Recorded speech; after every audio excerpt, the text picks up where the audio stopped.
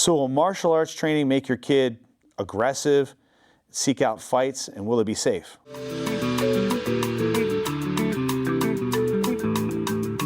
Okay, so this is a really common and frankly a reasonable and smart question, I think. You know, you go to a martial arts school, you're introducing other people to your child that are going to be, they're going to be mentors in some way. And so a lot of how that school is going to help them is going to have to do with what kind of mentors you're picking. That's a tough one. So first off, I think there is a certain degree of, you have to think of the martial arts school as being part of your team as a parent.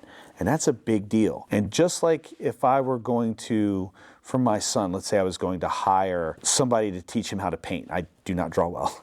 So if I was going to teach him, you know, get him a teacher for painting, I would sit down and speak to the teacher and just, can I hold a conversation with this person? My son's going to absorb some of their mannerisms. Am I comfortable with that? Am I okay with that? Now, I'm the kind of person, personally, and I think that if you really want to find out, I would take classes with that painting instructor myself, so I can really get a vibe on what kind of person they are and see how they work. And then when in my case, I have a son, when my son is having something that he's studying or having problems or challenges, I can really understand what he's doing and go into it with him and show him, maybe this is what I'm doing, this is how I got around that, and then have a conversation with him that I'm still able to be a parent, but I also look at him as just another person. He can look at me as another human being that's learning something. And I think that in that case, while they're learning how to paint, then I would also be teaching my son how to learn, how to be a good student. And so that's really wonderful. And then from there, look at the way they train. If you're not going to take class with them, because not everybody can, in that case, watch the way they train. You don't have to sit for every class, but sit for regularly. I'd say at minimum 1 to 2 a month, and just watch.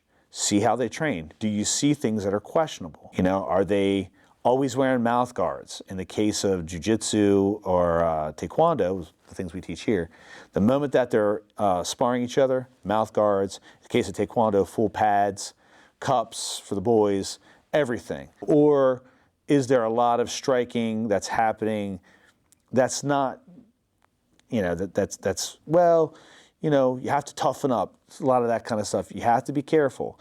Now, I know in some Japanese martial arts, they'll be like, say, punching a wakizashi board, which is a thing that conditions the knuckles. And then they also, you know, breaking pine boards. Those things, just making sure that that's done reasonably. But in general, watch for that. And in terms of them wanting to fight, that also goes back to, well, how do they teach? Here what we do is we say in our jiu-jitsu classes for the kids that you don't need to punch or kick. You're going to learn how to hold on to this person and control them and tire them out.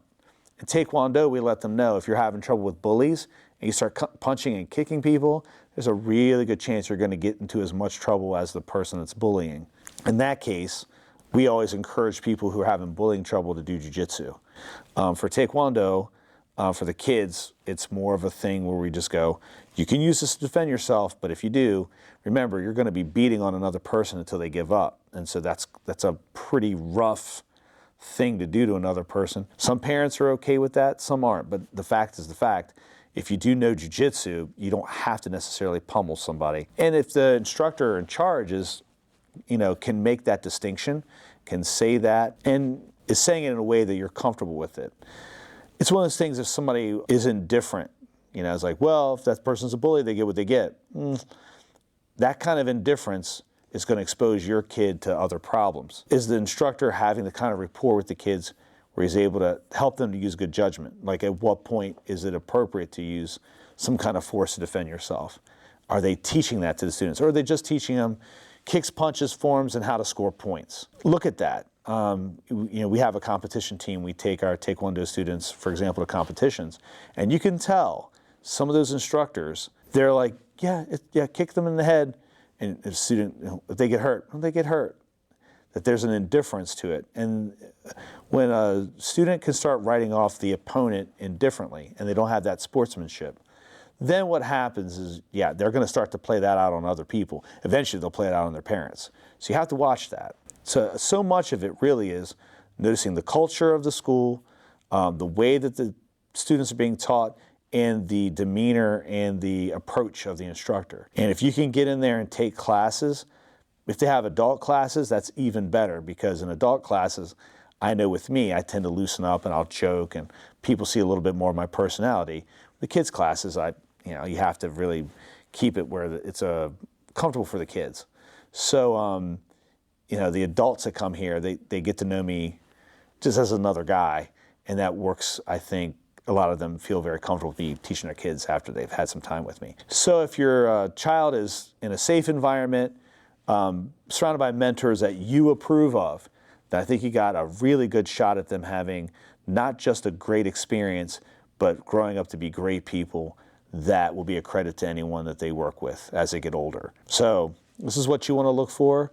If you have other ideas, it's a pretty big topic, and I'm just hitting the highlights of the things that on my end are, when I see that parents do this, that they tend to have a very successful experience. If you have questions or other ideas, love to hear them. Feel free to put them in below. This is Raising a Warrior.